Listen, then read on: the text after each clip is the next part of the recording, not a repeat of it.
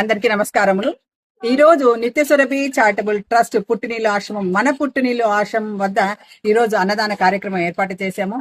Trust సభ్యులు ఒకరు వాళ్ళ అమ్మా నాన్నగారి వర్ధంతిని పురస్కరించుకొని ఈ రోజు ఈ విధంగా అన్నదాన కార్యక్రమం చేశాము. అలాగే ఒక 2 చీరలు ఇవ్వమన్నారు ఇక్కడ ఎవరైనా అవసరంలో ఉన్న వాళ్ళకి. అలాగే ఒక 2 బెడ్షీట్లు కూడా ఇవ్వమన్నారు. వీళ్ళ కోసము ఈ విధంగా భోజనం ఏర్పాటు చేసినాము. చనిపోయిన వారి ఆత్మకు శాంతి కలగాలని, అలాగే వారి కుటుంబ సభ్యులకు మనశ్శాంతి కలగాలి, భగవంతుడు ఆయుర ఆరోగ్య ఐశ్వర్య సిరి సంపదలు సమస్త శుభాలు చేకూర్చాలని ట్రస్ట్ తరపున మనస్ఫూర్తిగా గోమాతను ప్రార్థిస్తున్నాము.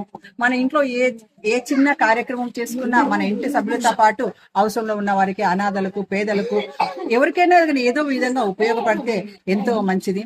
నేను అన్ని చోట్లకి రాలేను, అందరికి సేవ చేయలేను. వీలున్న ప్రతి ఒక్కరు ఇతరులకు ఏదో ఒక రూపంలో సహాయం చేయాలి.